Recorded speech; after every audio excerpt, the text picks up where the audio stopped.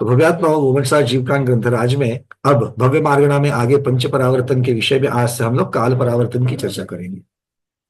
द्रव्य और क्षेत्र में मुख्यता से द्रव्य परावर्तन में जो पुद्गल वर्गणाएं जीव ग्रहण करता है संसारी अवस्था में, जो फिर नौकर्म वर्गणा हो शरीर के लिए या फिर कर्म की वर्गणा हो, दोनों के पीछे लेशा मुख्यता से कारण है, ताकि इन दोनों प्रकार की वर्गणाओं का आश्रय होता है। इनकी अपेक्षा से ये वर्णन हुआ। क्षेत्र परावर्तन में दो भाग हुए, स्व क्षेत्र और पर क्षेत्र परावर्तन। स्व क्षेत्र में संसारी जीव का स्व क्षेत्र अर्थात वो जो शरीर धारण करता है उसकी अवगाहना की अपेक्षा से परावर्तन कहा गया है, जहां पर एक एक प्रदेश को बढ़ाते हुए वो सारे प्रकार की अवगाहनाओं को पूर्ण करना, ये वहां पर परावर्तन का स्वरूप था। और पर क्षेत्र परावर्तन, पर क्षेत्र अर्थात परद्रव्य जो आकाश है, उस आकाश द्रव्य के मुख्य में जो लोकाकाश है जहां पर जीव जन्म ले सकता है, उस लोकाकाश के 343 घन राजु के असंख्यात प्रदेशों में क्रम क्रम से एक एक प्रदेश के ऊपर उत्पन्न होना, ये परक्षेत्र परावर्तन कह दिया। द्रव्य क्षेत्र परावर्तन से क्षेत्र परावर्तन जो है वो अनंत गुना बड़ा बताया गया है, और उसकी जो व्याप्ति है वो हम लोग इन दिनों में चर्चा कर रहे हैं। अब अगला काल परावर्तन है। स्वरूप बहुत सिंपल है, कहने के लिए बस दो चार लाइन में इसका वर्णन हो सकता है, पर चिंतन करने के लिए बैठे तो घंटों निकल जाएंगे। इस प्रकार का चिंतन काल परावर्तन का होता है। क्या कहते हैं आचार्य भगवान काल परावर्तन में? अब हम सब लोग समझते हैं कि काल जो काल द्रव्य है, जिसका हम लोगों ने व्यवहार से, निश्चय से तो काल अखंड है, व्यवहार में हम लोग उसके अपने अपेक्षाओं से, अपने एप्लीकेशन के हिसाब से उसको अलग अलग तरीके से व्यवहार काल में हम लोग बांट लेते हैं। और ये व्यवहार काल तीनों लोकों में कैसे चलता है? तो मुख्यतः से अढ़ाई द्वीप के अंतर्गत जो ज्योतिषवासी देवों का जो भ्रमण है उनकी अपेक्षा से चलता है। तो उनकी अपेक्षा से व्यवहार काल, उनकी गति की अपेक्षा से व्यवहार काल का वर्णन होता है। इस व्यवहार काल में सबसे छोटी इकाई जो है वो समय की है, तो हम सब जानते हैं, क्योंकि घंटे, दिन, हफ्ता, वर्ष, ये आयन आदि सारी चीजें तो है, तो हम लोग व्यवहार काल में लाते हैं। और छोटे छोटे छोटे की तरफ जाएंगे तो घंटे, मिनट और सेकंड, सेकंड तक हमारा हर रोजमर्रा के जीवन में जितना भी काल चलता है उसमें सेकंड का इतना हम ज्यादा महत्व नहीं रखते हैं, है ना। अलार्म जब लगाते हैं सुबह उठने का, तो 6:30 बजे का अलार्म लगा देते हैं, 6 बजे का अलार्म लगा देते हैं, कोई 4 बजे उठने का अलार्म लगाते हैं, पर 4:01 ऐसा कोई अलार्म लगाता है क्या? 4:31 ऐसा कोई अलार्म लगाता है क्या? मतलब बहुत सारे एप्लीकेशंस में घंटा और मिनट, और वो भी राउंड ऑफ, ये हमारे काम हो जाता है।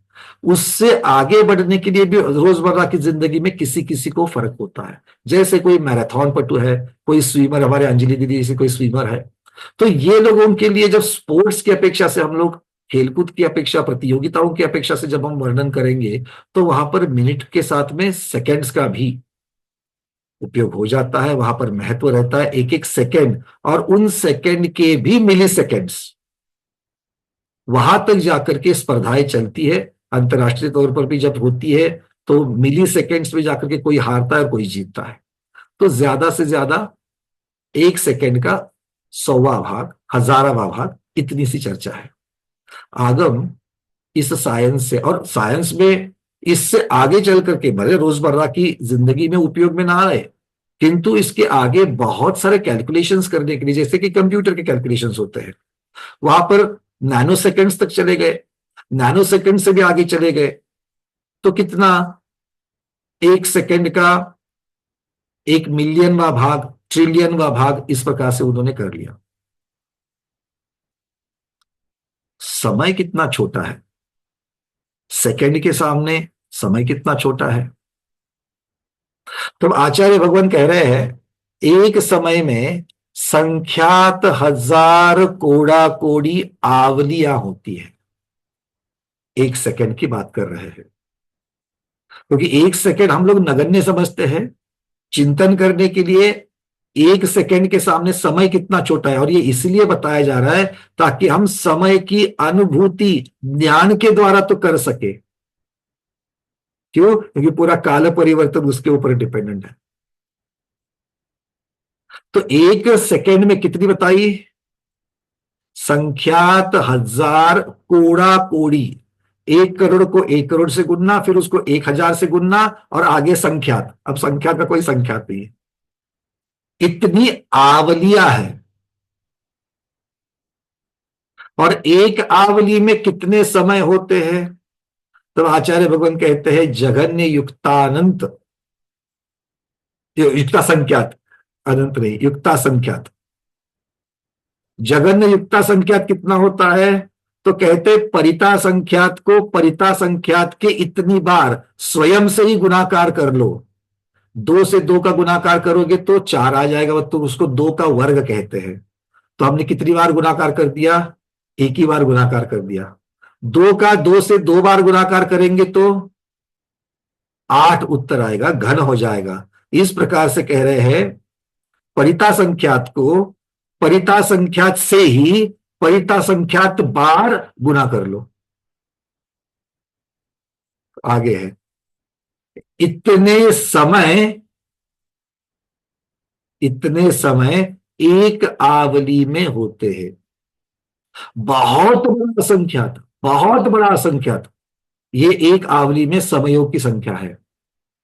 और एक आवली ऐसे कितनी आवलियां 1 सेकेंड में होती है? संख्यात हजार कोड़ा कोड़ी। अब विचार करो, रुविद्री ठीक है, फिर से बता रहे हैं। परिता संख्यात को परिता संख्यात से, अब परिता संख्यात शब्द जब आ गया है तो परित असंख्यात, तो त और अ मिलकर के ता हो जाता है, तो यह है तो असंख्यात। तो परिता संख्यात को परिता संख्यात से परिता संख्यात बार गुना करना है, तब जाकर के जघन्य युक्ता संख्यात आता है। ठीक है, तो ये जघन्य युक्त असंख्यात हो गया। और ऐसे जघन्य युक्त असंख्यात समय कितने होते हैं? आवली में होते हैं, एक आवली में। तो एक आवली में इतने समय होते हैं, और 1 सेकेंड में संख्यात हजार कोड़ा कोड़ी इतनी आवलियां होती है। तो परिता संख्यात को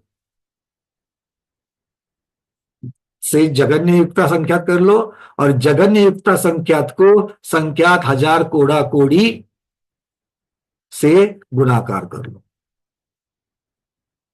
ठीक है, इतने सारे समय, ये समझ के बाहर। कैलकुलेटर तो काम ही नहीं करेगा, कंप्यूटर भी काम नहीं करता यहां पर। आज तक ऐसा कोई कंप्यूटर नहीं बना है, परम कंप्यूटर भी सबसे सुप्रीम है, वो भी इस लेवल में जाकर के कैलकुलेशन नहीं कर सकता है। तो आचार्य भगवंत ने, और ये आचार्य भगवंत के, ये कहां से आई इंफॉर्मेशन? केवली भगवान से ये इंफॉर्मेशन आई है। और केवली भगवान इसमें होने वाली एक एक घटना को साक्षात उसको देखते हैं, अनुभूति करते हैं। अनुभूति करते हैं, कैसे अनुभूति करते हैं? दर्पण के समान। ठीक है, किंतु उनको एक समय में, क्यों? क्योंकि वर्तमान काल को एक समय माना गया। तो वर्तमान में होने वाली जो घटनाएं एक समय के अंतर्गत आती है, उस एक एक समय को ज्ञान और दर्शन के द्वारा, केवल ज्ञान केवल दर्शन के द्वारा केवली भगवान जान सकते हैं। तो खैर, इतना बड़ा समय होता है हमारा जी। केवल संसार में जो कुछ घटित हो रहे घटना को जानते हैं लेकिन अनुभव नहीं करते हैं, ये आपका एक अभी वाक्य निकला। अनुभूति तो का मतलब है कि उससे प्रभावित होकर के अनुभूति नहीं करते हैं। हाँ, प्रभावित होकर के अनुभूति नहीं करते, लेकिन संसारी जीव जिस सुख का अनुभव कर रहा है अथवा जिस दुख का अनुभव कर रहा है, वो अनुभव केवल नहीं कर रहे, जान रहे, लेकिन अनुभवात्मक ज्ञान नहीं कर रहे। तो उतने मात्रा में उसकी अल्पज्ञता अथवा उस संबंधी ज्ञान की अनभिज्ञता कहा जाए क्या? अनुभूति की अनभिज्ञता नहीं कह सकते हैं। संसारी जीव जिस सुख को अनुभव कर रहा है, उसको अनुभव की अपेक्षा से ही जान रहे हैं। जैसे सामने वाला मुझे दिख रहा है कि उसको आज प्रमोशन मिल गया, तो वो सुखी है, वो बड़ा आज आनंदित हो रहा है, पेड़े बांट रहा है। तो उसके आनंद को मैं समझ सकता हूं, उसकी अनुभूति, वो जितनी अनुभूति कर रहा है मैं उसको अनुभूति नहीं कर सकता। तो मेरे ज्ञान में दूसरे का आनंद जो है, दूसरे का जो सुख है, वो आ सकता है, अगर मैं उसको बुद्धिपूर्वक कुछ लगाने के लिए जाऊं तो मैं यहां पर ज्ञान का शब्द लगाऊंगा। अपने ज्ञान से मैं जितना जान सकता हूं उतना ही जान सकता हूं, उसके सुख की अनुभूति नहीं कर सकता। और किंतु मैं उससे प्रभावित जरूर हो सकता। तो दो चीजें हैं, दूसरे के सुख को जानना और दूसरे के सुख की अनुभूति करना और दूसरे के सुख से प्रभावित होना। दूसरा सुख, अगर दूसरे वाला जो सामने जो सुखी हो रहा है, अगर उसके साथ में मेरा राग है तो मैं उससे प्रभावित हो सकता हूं। अगर उसके साथ मेरा द्वेष है तो मैं निगेटिवली प्रभावित हो सकता हूं, मुझे द्वेष भावना आएगी, जलन की भावना आएगी। पर इन सब चीजों को इसमें जानना, अनुभूति करना, और तीसरी बात है कि उससे प्रभावित होना। तो जानना, संसारी जीव जो छद्मस्त है वो उस प्रकार से नहीं जान सकता, संपूर्णता से नहीं जान सकता। अनुभूति अपने जितनी उसकी कैपेसिटी है उतनी ही वो अनुभूति कर सकता है, साक्षात अनुभूति नहीं कर सकता है। प्रभावित अपने राग द्वेष की अपेक्षा से हो सकता है, किंतु इन तीनों की अपेक्षा जब हम केवली भगवान को जब देखते हैं तो केवली भगवान के ज्ञान में कोई कमतरता नहीं है, इसलिए उस साक्षात सुख को जान सकते हैं जो सामने वाले जीव का हो रहा है, जितना भी हो रहा है। उसके पश्चात उसकी अनुभूति को अनुभूति के द्वारा जान सकते हैं, क्योंकि सामने वाले जीव की जितनी भी पर्याय उस अनुभूति से हो रही है उन उन पर्यायों को जान रहे हैं। वो इस अपेक्षा से उन सामने वाले जीव की सभी पूर्ण संपूर्ण अनुभूति को वो जान सकते हैं। और तीसरा, उससे प्रभावित नहीं हो सकते हैं, प्रभावित हुए बिना ये सारे काम कर सकते हैं। ये मुख्यता से सिद्ध परमेष्टि या केवली भगवान की ज्ञान की और हमारे जानने में फर्क हो जाएगा। जी, माने ज्ञान से जान रहे, क्योंकि केवल ज्ञान प्रकट हुआ और वस्तु में जो गुणात्मक पर्याय रूप परिणमन हो रहा है उसको भी वह जान रहे हैं। और छद्मस्त व्यक्ति जिन पदार्थों का पांच इंद्रियों के द्वारा सेवन कर रहा है उनको जो अनुभव आ रहा है उस अनुभवात्मक ज्ञान को भी केवल ही जान रहे हैं, क्योंकि वह भी ज्ञान का विषय बना है। इसीलिए बुद्धि परस तो उत्सुकता पूर्वक तो जानेंगे नहीं, और छद्मस्त पांच इंद्रियों का सेवन करते हुए जो हर्ष और विषाद रूप जो भाव कर रहा है, या हर्ष विषादात्मक रागात्मक द्वेषात्मक जो ज्ञान मिश्रित सुख दुख का वेदन कर रहा है, उस प्रकार केवल ज्ञानी नहीं करेंगे, क्योंकि साता वेदनी असाता वेदनी का अभाव हो चुका, इधर के मोहनी कर्म का भी अभाव हो चुका, इंद्रिय विषयों का इंद्रियों के द्वारा सेवन करना उसका भी अभाव हो चुका। माने प्रतिक्रियात्मक जो हर्ष विषादात्मक राग द्वेषात्मक है तद्रूप ज्ञान तो उनको नहीं होगा, लेकिन पदार्थों के द्वारा छद्मस्त को जो ज्ञान अनुभव हो रहा है उसको सिर्फ जानने रूप वो जानेंगे। ज्ञप्ति है लेकिन वेदना नहीं है, ये कहा जा रहा है। शायद आपके वाक्य में यह ध्वनित होता है जो प्रतिक्रिया के अर्थ में आप कह रहे हैं। बिल्कुल गुरुदेव, बस शब्दों को आपने बिल्कुल आगम में इस प्रकार से रख दिया। इसके अलावा अब आपकी चर्चा और इस चर्चा से फिर मन में किसी के प्रश्न ये उठ सकता है, अगर ऐसी अनुभूति अगर नहीं होती है तो फिर सिद्ध भगवान सुख का अनुभव कैसे करते जब उनके पास अनंत सुख है। आज का ये विषय नहीं है, पर चूंकि यहाँ पर एक चर्चा निकली है तो अनंत सुख का अनुभव कैसे करते हैं, तो इसके ऊपर थोड़ा सा सब लोग थोड़ा सा चिंतन कर लेना कि भगवान के सुख को जब अनुभव ही नहीं करना है तो फिर उसे सुख क्यों कहते हैं। प्रभु जी शायद यही पूछना चाह रहे थे। प्रभु जी, मैं आपको अनम्यूट कर रहा हूं। नहीं तो वो मतलब पराये सुख को अनुभूति नहीं कर सकते, अपने सुख को तो अनुभूति कर सकते हैं ना। तो अपने सुख को भी प्रभावित हुए बिना अनुभव अनुभव तो सबका कर रहे हैं, ऐसा नहीं कि वो दूसरे का अनुभव नहीं कर रहे, नहीं, वो उसको दूसरे जान के रहे हैं। अनुभव को अनुभव की पर्याय की अपेक्षा से जान रहे हैं। हाँ, मतलब अनुभव उसको की पर्याय अनुभूति। बहुत महत्वपूर्ण है। अनुभव जब कोई अनुभूति कर रहा है तो उस जीव की पर्याय बदलती है और उस पर्याय की अपेक्षा से वो भी अनुभव कर रहे हैं। किंतु साक्षात स्वयं के सुख की जो अनुभूति होती है वो साक्षात स्वयं के सुख की अनुभूति कैसे करते होंगे और उससे प्रभावित नहीं होते, ये बात तो भाई ठीक है, ये बात तो क्लियर है।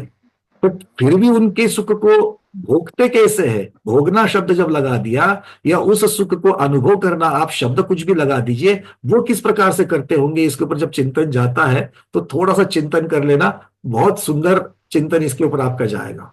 तब वहां पर हम लोगों को इसको एक ही बात समझती है कि सुख का अर्थ वहां पर निराबाधता और अनंतता, ये दो चीजें हैं।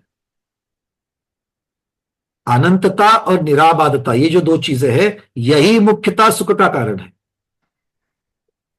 जो चीज निराबाध है, किसी भी प्रकार से खंडित नहीं होने वाली है और अनंत काल तक चलने वाली है, अगर आपको अनंत काल तक, अगर मान लो कोई उपसर्ग नहीं आता है, अनंत काल तक कोई भी आपको ऐसी चीज नहीं होती है जिससे कि आपको प्रभावित होना पड़े, अनंत काल तक ऐसी कोई चीज नहीं होने वाली जिसकी वजह से आपको दुखी होना पड़े, तो क्या यह सुख नहीं है? तो सुख की परिभाषा, अभी मैं इसके ऊपर चर्चा नहीं ले रहा हूं क्योंकि हमको बड़ा विषयांतर हो जाएगा। तो आप लोगों को एक थोड़ा सा होमवर्क छोड़ता हूं, जब भी सामायिक में बैठते हो तो सिद्ध भगवान के सुख के बारे में थोड़ा सा सोच लेना, क्योंकि कभी ना कभी तो हम लोगों को भी जाकर के वहां पर उस प्रकार का सुख को लेना है। आगे बढ़ते हैं। काल परिवर्तन में मुख्यता से यहां पर समय की परिभाषा जो हमने ली, तो समय की परिभाषा को समझने के पश्चात, इतना छोटा समय होता है, और इतना छोटा समय जब होता है, अब काल परावर्तन को समझते हैं कि आचार्य भगवान काल पर, सबको समझ में आ गई बात कि समय कितना छोटा होता है? बिल्कुल बिल्कुल छोटा, मतलब उसको, उसका कथन उसके आगे कुछ है ही नहीं कि इतना छोटा समय होता है। ठीक है, चलिए अब आपके सामने मैं चार्ट रख रहा हूं, काल परावर्तन के लिए आचार्य भगवान उसका स्वरूप कैसे बता रहे हैं। पहले लेफ्ट साइड से नीचे तक पढ़ना है और फिर राइट साइड का कॉलम पढ़ना है। ठीक है, तो चलिए।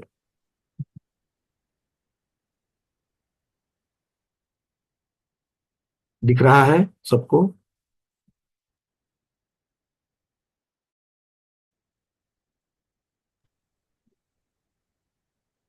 एक मिनट, फिर से मैं दिखा रहा हूं। शायद जूम का ही कोई बग है कि हमेशा जब पहली बार मैं आपको कोई स्लाइड शेयर करता हूं तो वो लोड नहीं लेता और वो एग्जिट करके फिर से लॉगिन कर देता है। चलिए, स्क्रीन दिख रही है अभी आपको, देख लेते हैं क्या कह रहे। देखिए, कोई जीव, अब कोई जीव कहने से पहले उसको पढ़ लेते हैं, फिर इसके एक एक शब्द को अर्थ कर लेते हैं। कोई जीव उत्सर्पिणी के, लेफ्ट साइड वाला कॉलम पहले नीचे तक पढ़ना है। उत्सर्पिणी के प्रथम समय में उत्पन्न हुआ, फिर दूसरे समय में उत्पन्न हुआ, फिर क्रम क्रम से अगले समयों में जन्मा। ऐसे सारे 10 कोड़ा कोड़ी सागर प्रमाण समयों में क्रम क्रम से जन्म लेवे।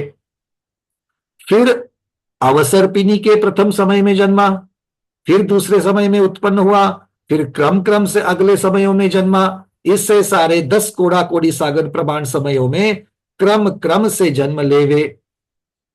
इस प्रकार संपूर्ण कल्पकाल अर्थात 20 कोड़ा कोड़ी सागर के सभी समयों में क्रम क्रम से जन्म लेने के पश्चात, उन्हीं सभी समयों में क्रम क्रम से मरण करने तक उस जीव का काल परावर्तन चलता है। ठीक है, हाँ। अब इसमें 3 चीजें मुख्य है। अगर आप देखेंगे पूरे चार्ट में तो एक एक चीज की तरफ देखते हैं। सबसे पहले कह रहे हैं कोई जीव। कोई जीव का मतलब क्या हो गया? किसी भी गति का हो सकता है, कोई भी अवगाहना का हो सकता है, आकाश में कहीं पर भी हो सकता है, लोकाकाश में कोई भी वेद का हो सकता है। सम्यक दृष्टि की चर्चा यहां हम लोग प्रधानता से नहीं करते हैं, ठीक है, क्योंकि ये इतने बड़े बड़े परावर्तन हैं जो कि सम्यक दृष्टि एक बार सम्यक को प्राप्त करे तो इसके पूरा करने की अपेक्षा से नहीं है, बहुत बार चर्चा हो चुकी है। तो यहां पर कोई जीव मतलब कोई भी जीव। अच्छा, करना क्या है? उत्सर्पिणी के प्रथम समय में उत्पन्न हुआ, यहां से उसका, उस जीव का काल परावर्तन शुरू होता है। तो सबसे पहले कंडीशन क्या है? तो वो उत्सर्पिणी अब क्या चल रही है हमारी? अवसर्पिणी चल रही। सब लोग अवसर्पिणी उत्सर्पिणी समझते हैं ना? हाँ, समझते हैं। अवसर्पिणी का पंचम काल चल रहा है। पंचम काल में से 2500 वर्ष के आसपास पूरे हो चुके हैं, अभी 18,500 जाने हैं। फिर अगला छठा काल आएगा 21,000 वर्ष का, वो पूर्ण हो जाएगा। उसके पश्चात उत्सर्पिणी शुरू हो जाएगी। तो उस उत्सर्पिणी का प्रथम काल का प्रथम समय, उस समय में कोई जीव जन्मा। जन्मा मतलब उसका आयु कर्म शुरू हो रहा है। अंजलि दीदी, समझ में आ रही है बातें? चलिए, तो बहुत बढ़िया। तो ये पहले समय में जन्मा। अब पहले समय में जन्मने के बाद क्या होगा? उसको अपनी आयु पूर्ण करनी है। फिर वो जो भी नारकी हो, देव हो, मनुष्य हो, तिर्यंश हो, जो भी हो, पहले समय में जन्मा, अपनी आयु को पूर्ण कर लिया। अब आयु पूर्ण करने के बाद अगला क्रम क्या है? काल परावर्तन में आगे बढ़ने के लिए काउंट कब होगा? तब बोलते हैं अब उत्सर्पिणी के ही दूसरे समय में जन्मना है। पर मीनवाइल क्या हो गया? अब उत्सर्पिणी के पहले समय में जन्मा, एक समय की तो आयु चारों गति में नहीं है क्या? किसी गति में एक समय की आयु कम से कम अंतर्मूर्त की है। कम से कम अंतर्मूर्त मतलब कितनी सारी आवलियां हो गई, उन आवलियों में कितने सारे समय हो गए, असंख्याता संख्यात समय की तो आयु कम से कम है ही है। मतलब क्या हो गया? जब पहली बार जन्मा तो एक ही काउंट हो पाया, अब मरने के पश्चात उसको कब तक रुकना पड़ेगा दूसरे समय में जन्मने के लिए? वो पूरी उत्सर्पिणी के 6 काल 10 कोड़ा कोड़ी सागर के चले जावे, फिर अवसर्पिणी के 10 कोड़ा कोड़ी सागर के काल चले जावे, मतलब पूरा का पूरा 20 कोड़ा कोड़ी सागर का एक कल्पकाल खत्म हो जाए, फिर जो नया कल्पकाल शुरू होगा उत्सर्पिणी का, उसके दूसरे समय में जन्मना है। और तभी अगर दूसरे भव में रहेगा, अपनी पहली आयु पूर्ण कर रहा होगा, तो ये वाली भी बस छूट जाएगी। तो ये वाला कल्पकाल भी चला, क्योंकि दूसरा समय, ये वाला समय पूरे 20 कोड़ा कोड़ी सागर में एक बार ही आने वाला है, और तभी आपको उसको पकड़ना है। तो उसको पकड़ा क्या? नहीं पकड़ पाया, फिर और 20 कोड़ा कोड़ी सागर तक रुक जाओ। रुक जाओ मतलब अलग अलग भवों में घूमते रहो, घूमते रहो, घूमते रहो। फिर जब तीसरी कल्पकाल आएगा तो उसका भी दूसरे समय का इंतजार है। पकड़ पाओ तो ठीक है, नहीं तो फिर एक कल्पकाल जाएगा। अब मान लेते हैं 4-5 कल्पकाल तो ऐसे ही बीत गए, आचार्य कहते हैं अनंत काल भी बीत सकता है, क्योंकि 4-5 कल्पकाल मतलब कितना हो गया? 80 कोड़ा कोड़ी सागर, असंख्यात वर्ष हो गए। अनंत वर्ष तो नहीं हुए, किंतु अनंत वर्ष भी बीत सकते हैं एक समय के पश्चात दूसरा समय पर एग्जैक्ट जाकर के समय में। अच्छा, जन्म लेना मतलब क्या है? जन्म लेना मतलब क्या है? यहां पर विग्रह गति का प्रथम समय, आयु कर्म का प्रथम समय, वो शुरू होना चाहिए। मतलब उसके पिछले समय में मरण होना जरूरी है, तभी तो अगले भोग का अगला समय अगले समय में आएगा।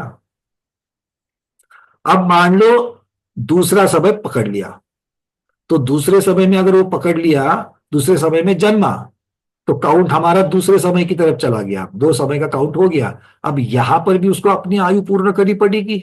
अब आयु पूर्ण करके मरने तक तीसरा समय तो चला गया, फिर कल्पकाल तक रुक करके फिर तीसरा समय आएगा। फिर कौन से वाले कल्पकाल में तीसरा समय पकड़ पाएगा मालूम नहीं है। फिर चौथा समय, फिर 5वां समय, फिर 6ठा समय, फिर 7वां समय, फिर 8वां समय। कितनी बार इनको पकड़ने के लिए बीच में कितने अनंत अनंत अनंत काल जाएंगे, तब जाकर के एक एक समय को पकड़ पाएगा। अच्छा, एक एक समय को पकड़ पाएगा तो 1 सेकंड को पूर्ण करने के लिए, वो कल्पकाल का 1 सेकंड पूरा करने के लिए कितना समय लगेगा? एक सेकंड में संख्यात 1000 कोड़ा कोड़ी आवली, और एक आवली में जगन युक्ता संख्यात समय।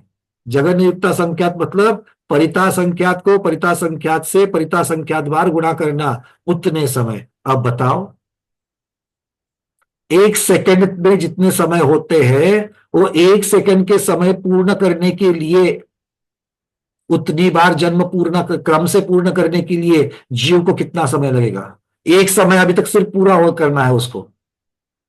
फिर ऐसे 60 बार उसको गुना करोगे तो कल्पकाल 20 कोड़ा कोड़ी सागर का 1 मिनट पूरा हुआ।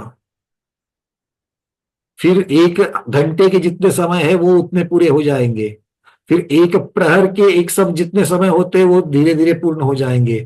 फिर 1 माह के, वर्ष के, ऐसे 20 कोड़ा कोड़ी सागर वर्ष के क्रम क्रम क्रम क्रम क्रम से उसको कितने समय हो गए, समझ में आ रही है बातें?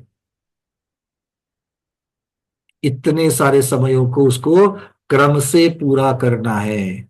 अब एक दिन ऐसा भी आएगा कि अनंता अनंता अनंता अनंता अनंता अनंता अनंता अनंता अनंता अनंता अनंता सागर वर्षों के बाद उसका ये जन्म लेने की चेन, जन्म लेने का क्रम 20 कोड़ा कोड़ी सागर के अंतिम समय पर आकर के पूरा हो गया। अभी तक काल परावर्तन पूरा नहीं हुआ, उसका आधा भाग ही पूरा हो गया। आधा भाग मतलब स्वरूप की अपेक्षा से आधा भाग, समय की अपेक्षा से कुछ भी। अब क्या करना है, आप जैसे क्रम क्रम से 20 कोड़ा कोड़ी सागर एक कल्प काल के प्रत्येक समय के ऊपर आपने जन्म लिया है, अब ऐसे ही क्रम क्रम से मरना है। मतलब उत्सर्पिणी के प्रथम समय पर मरण होना चाहिए, आयु पूर्ण होनी चाहिए। फिर उसके अगले समय में आयु पूर्ण होनी चाहिए। और कैसे होगी? क्योंकि जब पहले समय पर आयु पूर्ण हो गई तो अगले समय में तो जन्मेगा, और जब जन्मेगा तो दूसरे समय में मरेगा कैसे? तो उसके लिए फिर 20 कोड़ा कोड़ी सागर के लिए रुकना पड़ेगा। एग्जैक्टली दूसरे समय में मरा तो ठीक है, तो और 20 कोड़ा कोड़ी सागर, फिर और 20 कोड़ा कोड़ी सागर, ऐसे कितने अनंत काल जाने के बाद वो दूसरे समय को मरने के लिए पकड़ पाएगा। फिर तीसरे समय में मरना है, फिर चौथे समय में मरना है, फिर पांचवें समय में मरना है, फिर छठे समय में मरना है। तो ऐसे निकालो 20 कोड़ा कोड़ी सागर के कितने समय होते हैं, प्रत्येक समय के ऊपर क्रम से मरना है। ऐसा नहीं होगा 1000वें नंबर पर पहले मरा, कोई बात नहीं, उसको तो कवर कर दिया ना, अब 200 नंबर पर आके आकर के भरो, ऐसा नहीं चलेगा, क्रम से ही लेना पड़ेगा। जब ये 20 कोड़ा कोड़ी सागर के प्रत्येक समय पर मरण को प्राप्त करेगा, तब जाकर के एक काल परावर्तन पूर्ण हो जाएगा। इसमें कितना काल लगता है? आचार्य भगवान कहते हैं एक काल परावर्तन में अनंत क्षेत्र परावर्तन पूर्ण होते हैं। एक काल परावर्तन में अनंत क्षेत्र परावर्तन, और एक क्षेत्र परावर्तन में अनंत पुद्गल परावर्तन पूर्ण होते हैं। तो काल परावर्तन कितना बड़ा होगा, थोड़ा सा आंखें बंद करके चिंतन करके सोचो कि प्रत्येक समय समय पर जन्मना है और प्रत्येक समय समय पर मरना है। यहां पर किसी भी समय पर जन्मते वक्त या मरते वक्त किसी भी गति का, किसी भी वेद का, कोई भी भव का, कितनी भी आयु का, किसी भी शरीर का, लोकाकाश के कौन से प्रदेश पर जन्म ले रहे हैं, इसका कोई भी यहां पर कंडीशन नहीं है, उसकी विवक्षा यहां पर नहीं है। ठीक है, मोटा मोटी समझ में आ गया। थोड़ा सा इसको हमने चार्ट में सिंप्लीफाई करने का प्रयास किया है, तो आपके प्रश्नों को तो जरूर लूंगा मैं, ताकि जो बताते हुए जो बीच में गैप्स रह जाती है वो गैप आपके प्रश्नों से भर जाती है। ठीक है, तो सबसे पहले पंकज जी, हाँ महाराज जी, बस 1-2 मिनट में चार्ट दिखा दूं, फिर इसको पूर्ण कर लेते हैं। 1 मिनट, देखिए चार्ट दिख रहा है आप लोगों को। अब यहां दिखा रहे हैं कि इस परावर्तन में उत्सर्पिणी के प्रथम समय में से दूसरा समय आने के लिए कितना काल लगेगा। मतलब पहला समय में तो जन्म ले लिया, अब दूसरे समय पर जन्म लेने के लिए कितना काम कर सकता है, कम से कम कितना? तो उत्सर्पिणी के 10 कोड़ा कोड़ी सागर, अवसर्पिणी के 10 कोड़ा कोड़ी सागर, मतलब 1 कल्पकाल। इतना समय तो उस उत्सर्पिणी के दूसरे समय में आने को लगेगा। मतलब बस आने के लिए, बस आप पकड़ पाओगे कि नहीं पकड़ पाओगे इसका गारंटी नहीं है। तो इस प्रकार से ये कह रहे हैं। अब क्या कहते हैं, किंतु जब वो समय आएगा और जीव उसी समय नया जन्म धारण करेगा, तो ही काल परावर्तन में बढ़ती आगे बढ़ेगी, गिनती आगे बढ़ेगी, नहीं तो नहीं बढ़ेगी। काल परावर्तन में बीच में अक्रम से जितने जन्म धारण होंगे उनकी गिनती नहीं होगी, किंतु उनका समय गिना जाएगा। ये हमेशा सभी परावर्तनों में ये बात बताई गई है। काल परावर्तन में जन्म अर्थात गर्भज है, समूर्छन है, कहाँ जन्म ले रहा है, मध्य है, ऊर्ध्व, अधोलोक, त्रसनाड़ी के अंदर, त्रसनाड़ी के बाहर कहाँ है, इसकी कोई गति कोई भी हो उसकी विवक्षा नहीं है। बस विशिष्ट समय जन्मने की विवक्षा है, और कोई विवक्षा यहाँ पर नहीं है। अब यहाँ पर आगे वाले और इसमें इसको सिंप्लीफाई करके दिखाया गया है कि एक समय में, ये हमने jaincourse.org में विकास छाबड़ा भैया ने बहुत सुंदर और सारिका दीदी ने बहुत सुंदर यहाँ पर बनाया था। नया हमको बनाने में कोई उसमें मतलब नहीं था, इसलिए उन्हीं की परमिशन से हमने ये यहाँ पर आपको चित्र दिखा रहे हैं। एक समय में, पहले समय में जन्मा, फिर जाकर के उत्सर्पिणी अवसर्पिणी का काल आकर के फिर दूसरा समय जन्म आता है, अगर पकड़ पाओ तो। उसके बाद में फिर से एक कोड़ाकोड़ी सागर, फिर एक कोड़ाकोड़ी सागर के बाद ही एक कल्पकाल के 20 कोड़ाकोड़ी सागर के बाद ही दूसरा समय आएगा, फिर तीसरा समय आएगा। ऐसा अगर करके मान लो 3 समय के पश्चात क्रम से चल रहे हैं और डायरेक्टली 5वें समय में जन्म ले लिया, तो वो वाला नहीं गिना जाएगा, क्रम से अब चौथे में ही लेना पड़ेगा। तो इस प्रकार से ये अलग अलग काल आपको बताए गए हैं। इसी प्रकार मरण की अपेक्षा से भी, प्रथम समय में मरा, फिर दूसरे समय में मरा, फिर तीसरे समय में मरा, इस प्रकार से ये पूर्ण कर सकते हैं। तो एक काल परिवर्तन में अनंत क्षेत्र परावर्तन पूर्ण होते हैं। आचार्य भगवान कहते हैं कल्प काल का ऐसा कोई समय नहीं है कि जिसमें जीव ने जन्म मरण ना किया हो। मतलब आपने और हमने कल्प काल के जितने भी समय हैं उन प्रत्येक समय के ऊपर हमने जन्म लिया है। तो हम अवसर पीढ़ी के पहले काल में भी सुकमा सुकमा में भी जन्मे हैं, सुकमा में भी जन्मे हैं, दुख सुकमा दुखमा में भी जन्मे हैं, सारे सारे सारे हम लोगों ने ले लिए हैं। और अभी इस बार कहां पर जन्मे हैं? दुखमा काल के किसी समय में जन्मे हैं, ठीक है, इस पंचम काल में। अब ऐसे अवसर पिनी में भी जन्मे हैं, उत्सर पिनी, और ऐसे कितने कल्पकाल जन्मे हो? अनंत कल्पकाल। अनंत काल परावर्तन हमने अनादिकाल से पूर्ण करे हैं। अभी भी कुछ ना कुछ तो चल ही रहा है, बस पूर्ण नहीं होगा, इतनी सी बात है। ठीक है, चलिए अब आपके प्रश्नों को ले लेते हैं। आचार्य भगवान आप कुछ कह रहे थे। मैं यह पूछ रहा था, काल परिवर्तन का आरंभ आपने उत्सर पिनी से किया, तो अवसर पिनी भी काल आता रहता है बीच बीच में, तो एक साथ ये परिवर्तन, उत्सर पिनी का पहला समय इधर, अवसर पिनी का पहला समय इधर, उत्सर पिनी का दूसरा समय इधर, अवसर पिनी का दूसरा समय, इस प्रकार लेना क्या? नहीं गुरुदेव, इसमें ऐसा नहीं है। आचार्य भगवंत ने बड़ा क्लियर कर दिया है कि उसके एक समय से अगला समय उत्सर्पिणी का ही होगा, और उसको प्राप्त करने के लिए बीच में एक कल्पकाल जाना पड़ेगा वो समय आने के लिए। उसमें आप जन्मते कि नहीं जन्मते अगली बात है, पर वो आपके लिए वो कंडीशन आने के लिए, वो अपॉर्चुनिटी, वो पर्याय आने के लिए आपके लिए कम से कम आपको एक कल्पकाल रुकना पड़ेगा। माने उत्सर पिनी का पूरा काल जो 10 कोटा कोटि है, वो पूर्ण करने के बाद ही अवसर पिनी का क्रम चालू करना क्या? बिल्कुल। पहले फिर पहले उत्सर्पिणी के पूरे खत्म कर लो, फिर अवसर्पिणी के एक एक एक एक प्रथम समय से शुरू करना है। फिर मरण का भी इसी प्रकार, उत्सर पिनी का पहला दूसरा तीसरा समय, फिर वह उत्सर पिनी के 10 कोटा कोटि सागर काल में जितने काल है उतने बार मरण को प्राप्त किया, फिर अवसर पिनी के फिर एक एक समय लेकर के, तो इस प्रकार उत्सर पिनी अवसर पिनी के पूरे काल माने 20 कोटा कोटि सागर माने एक पल्ली प्रमाण पूरा हो गया, फिर मरण का भी 20 कोटा कोटि सागर पूर्ण हो गया। तो एक काल परिवर्तन होने के लिए फिर 4 बार परिवर्तन होता है, ऐसा कहा जाएगा क्या? एक साइकिल पूरी होने के लिए एक कल्पकाल लगेगा, एक समय जाकर के अगला समय आने के लिए जन्म का, और फिर मरण का भी करना है। अच्छा, यहां पर यह भी चर्चा उठाई गई है परावर्तन की चर्चा में कि क्या जन्म और मरण को एक साथ, चलो आपने जन्म के लिए तो क्रम से समय बता लिए, अगर बीच में अगर मरण की गिनती, बोले नहीं, पहले जन्म की गिनती पूरे कल्पकाल की समयों की पूर्ण करो, उसके बाद ही मरण की गिनती मानी जाएगी, बीच में मरण की गिनती नहीं मानी जाएगी। जी। मतलब पहले सारे के सारे जन्मों के समय खत्म करने हैं कल्पकाल के, और फिर मरण के करने हैं। उसमें पहले अवसर उत्सर्पिणी, फिर अवसर्पिणी, ये क्रम में कहीं पर भी कुछ भी बदलाव नहीं होगा।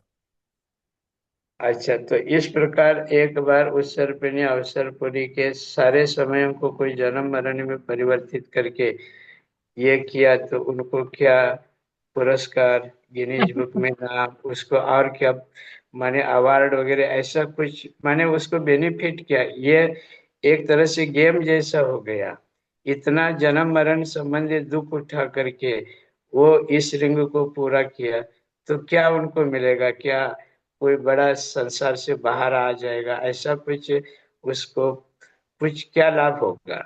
नहीं, इसके लिए कोई, देखो गुरुदेव ने अच्छा प्रश्न उठाया यहाँ पर।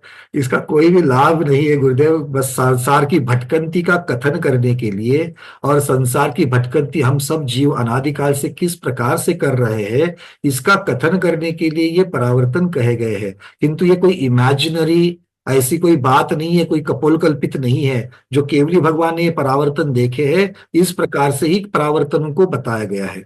तो अनादिकाल से जीव अपने स्वभाव से, संसारी जीव के स्वभाव से, मतलब पुद्गल की संगति, कर्म के पुद्गल के संगति में रह करके जीव इस प्रकार से भटक रहा है, और उस भटकन में वो इस प्रकार की चीजों को भी करता है जिनको परावर्तन का या संसार का नाम दिया है। तो संसार में रहता है, इसका अर्थ ही है कि इस प्रकार से जीता है, इस प्रकार से मरता है, और इसीलिए इसको संसरण संसार कह दिया है। तो इससे हाँ, ये चक्रव्यूह के जैसा है, इसमें भटकंज के जैसा है। इसमें क्या करोगे तो पुरस्कार मिलेगा, कल परसों भी इसकी चर्चा हुई। इसमें पुरुषार्थ करके सम्यक दर्शन को प्राप्त करेंगे, तो सम्यक दर्शन को प्राप्त करने के पश्चात सिद्ध पद का पुरस्कार ज्यादा से ज्यादा अर्ध पुद्गल परावर्तन काल में मिल सकता है। उसके पहले भी मिल सकता है, बट अधिकतम अर्ध पुद्गल काल में मिल सकता है। माने काल परिवर्तन के इस चिंतन से संवेग और वैराग्य, बहुत संसार से संवेग माने भयभीतता, और संसार संबंधी जो दुख के कारण है उससे वैराग्य उत्पन्न करने के लिए शायद ये बताया जा रहा है, ऐसा लगता है। बिल्कुल, क्योंकि देखिए जितना हम संसार के भटकने की चर्चा कर रहे हैं, प्रत्येक भटकन में, प्रत्येक संसार में जन्म मरण के साथ जुड़ा हुआ है, और जन्म मरण शरीर के साथ जुड़ा हुआ है। इसका अर्थ ये हो गया कि संसार में जितने चारों गति के दुख है, वो दुख तब तक उठाने पड़ेंगे तब तक ये परावर्तन कर रहे हैं। तो अगर जी। दुखों से छुटकारा चाहिए तो परावर्तन से दूर जाना पड़ेगा, परावर्तन को तोड़ करके बाहर निकलना पड़ेगा, और उसके लिए सिर्फ और सिर्फ रत्नत्रय का ही मार्ग है, दूसरा कोई मार्ग इस दुनिया में नहीं। ये इसके कथन करने के लिए है। तो ये आपने सही शब्द लगाया, संवेग भावना का चिंतन करने के लिए। संवेग भावना कह करके तो बात स्वरूप उसका खत्म होता है कि चारों गति के दुखों को छेड़ा कर भी बताते हैं, चारों गति के दुखों को डर करके धर्म की शरण लेना। पर वो दुख क्या है उसका चिंतन जब तक नहीं करेंगे। और दूसरी बात महत्वपूर्ण है, कोई कह सकता है कोई बात नहीं, इतना जन्म मरण करना है, अभी भी जन्म मरण कर रहे हैं, कहाँ दुखी है हम लोग। हाँ कोई बात नहीं, अच्छा शरीर मिला है, खा रहा हूं, पी रहा हूं, अच्छे घर में रह रहा हूं, अच्छी दुकान चल रही है, आमदनी हो रही, मुझे तो कोई तकलीफ नहीं है। अगर ऐसा कोई कहे, कोई बात नहीं, ऐसे कितने भी सारे मुझे जन्म मरण मिल जाए, मुझे क्या फर्क पड़ता है।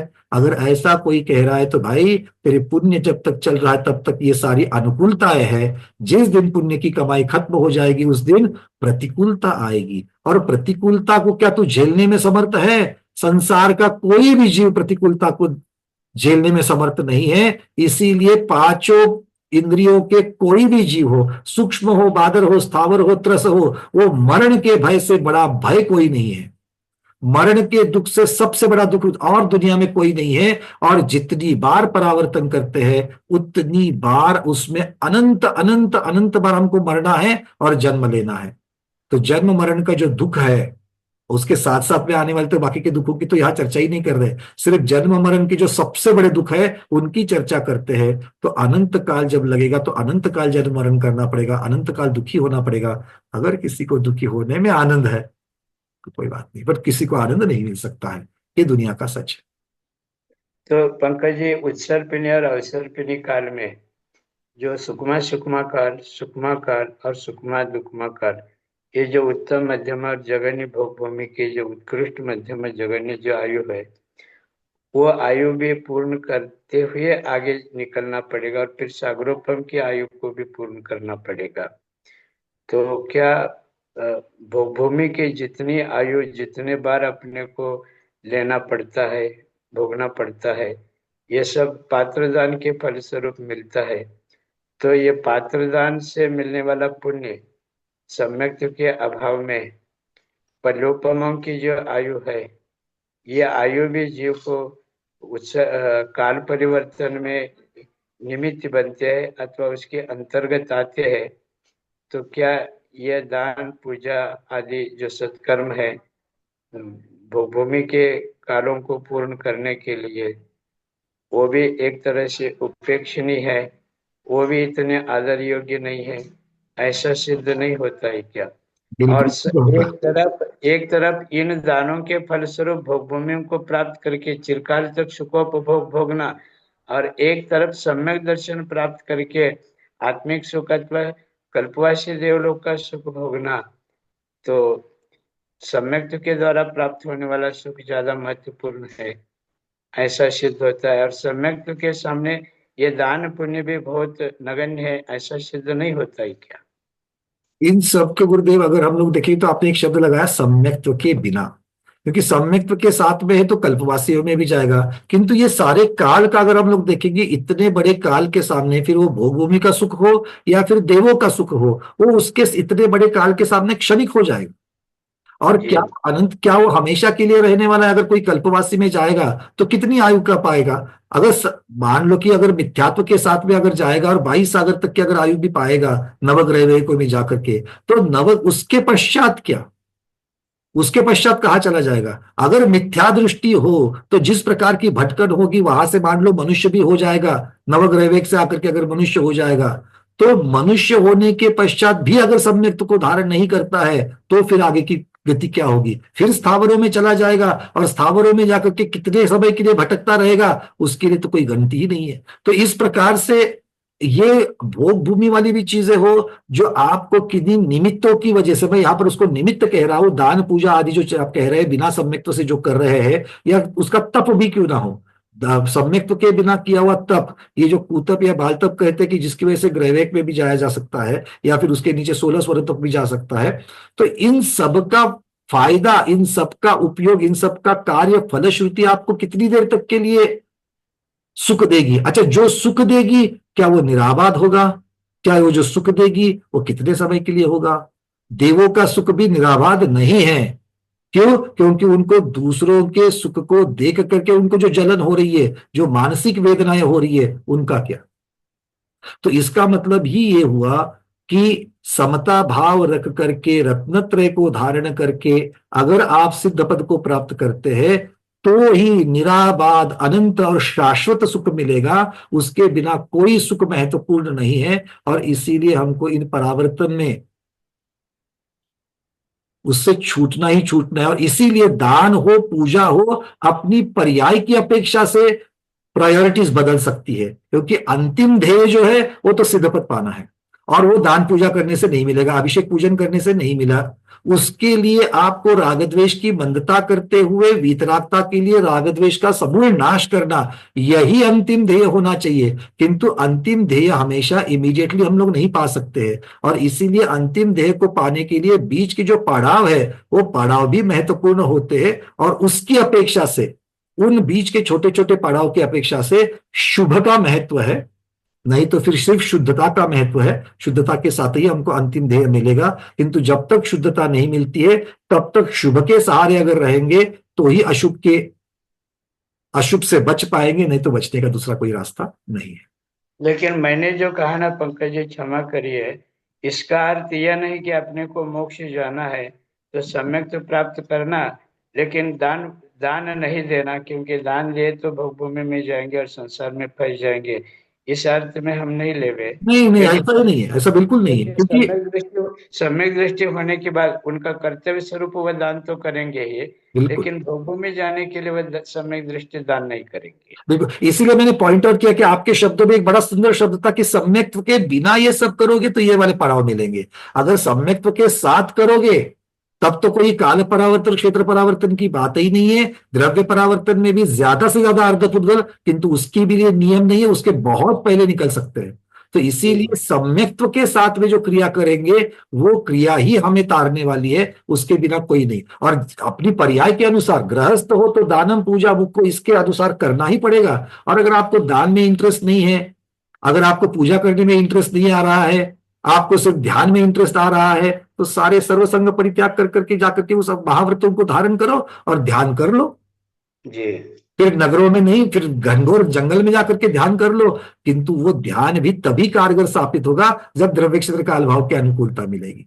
तो ये सारी चीजें इसके साथ में, ये क्योंकि कोई भी परावर्तन सभी सिद्धांतों को मद्देनजर रखते हुए उसका कथन और चिंतन करना चाहिए, ये बात माने आज के इस चर्चा से एक बात स्पष्ट होती है कि दान करोगे, पूजा करोगे तो पुण्य बंद होगा, पुण्य संसार का कारण है। इस रूप में जो उपदेश दे करके दान पूजा से लोगों को जो वंचित रखा गया, दूर रखा गया, दान पूजा के प्रति उपेक्षा भाव निर्मित किया गया, तो उनका समाधान अपन यूं भी कर सकते हैं। आपका जो कथन है वो निदान पूर्वक जो दान करते हैं अथवा सांसारिक भोगों की कामना रख करके जो दान करते हैं, स्वर्ग अथवा भोगादि प्राप्त करने के लिए, भोगों में जाने के लिए, उनकी अपेक्षा ये कथन सही है।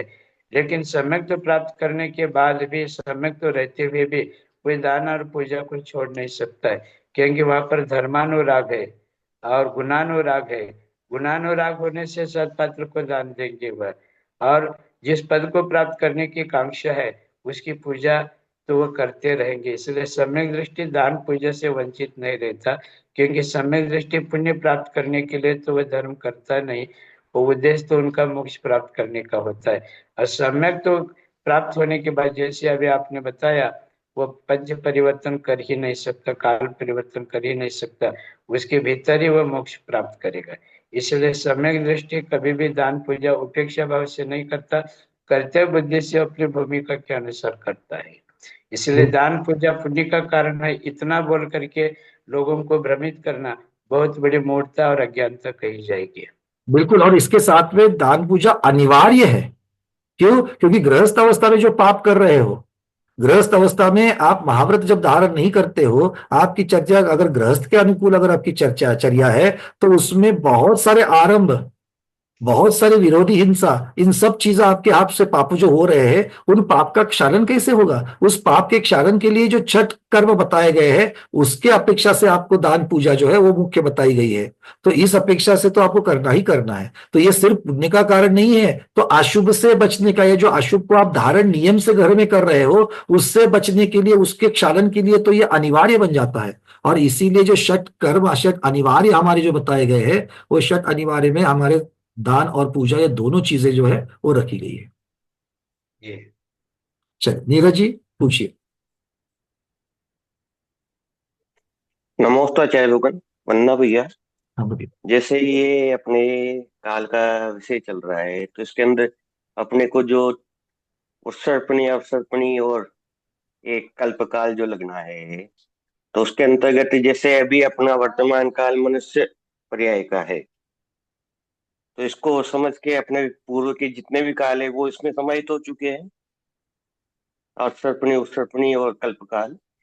देखो, काल परावर्तन की परिभाषा में उत्सर्पिणी से शुरुआत किया है। तो अगर हम आपकी हमारी अगर बात करें, भले हम लोग सम्यक दृष्टि है, फिर भी जैसे मैंने कहा, काल परावर्तन पूरा नहीं हो पाएगा, क्योंकि उतना समय हमारे पास नहीं, उसके पहले हम लोग मोक्ष जाएंगे। किंतु इसका अर्थ ये नहीं है कि यह परावर्तन नहीं चल रहा है, क्योंकि ये तो कंटिन्यूस प्रक्रिया चल रही है। उस प्रक्रिया का हम भाग है। जैसे मैंने पहले भी कहा था, 10 दिन की अगर आयु बची है तो 1 महीने की नहीं है, 1 महीना नहीं गिना जाएगा, किंतु दिन और हफ्ते ये तो गिने जाएंगे, और 1 महीने का कुछ ना कुछ तो भाग गिना ही जाएगा, भले पूरा नहीं होगा। तो इसका मतलब क्या है कि हम लोग पता नहीं, जब अभी हमने इस बार जब जन्म लिया, तो वो अवसर्पिणी के पंचम काल के जिस समय में हमने जन्म लिया है, अगर मान लो हमारा काल परिवर्तन उस समय के लिए अटका पड़ा था, तो फिर अपना एक क्रम से आगे बढ़ गया, इतना जरूर कह सकते हैं। तो फिर इसके अंतर्गत जैसे व्रत के पुत्र को कैसे समाहित किया जाएगा? निगोष से निकले व्रत के पुत्र यहाँ 930। पर पर्याय की कोई चर्चा ही नहीं है। नहीं, पर्याय नहीं। तो 923 पुत्रों ने जिस समय में हाँ उन्होंने जन्म ले लिया, जी जिस जी। समय उन्होंने जन्म ले लिया, अगर उनका काल परावर्तन उस पॉइंट के लिए, उस समय के लिए अगर रुका हुआ था, तो वो अपने काल परावर्तन में एक समय आगे चले गए, बस इतनी सी बात। हाँ, तो उस समय तक उनका काल वो पूर्ण हो चुका है, ये समझ लीजिए। बस, और उस भाव से फिर चले गए, तो बात खत्म ही हो गई फिर आगे। जी, वरना भैया सभी परावर्तनों में इसी प्रकार से समझ लेना। अर्चना दीदी, भरूच। हाँ, नमस्ते गुरुदेव, वंदना भैया जी। भैया जी, जैसे अपन ने क्षेत्र परावर्तन, दीदी आपकी आवाज नहीं आ रही हमें, बाकी लोगों को आवाज आ रही है क्या? आ रही है? किसी को आ रही है, किसी को नहीं आ रही है। नहीं आ रही है। दीदी आप अपना वीडियो बंद करके बोलिए।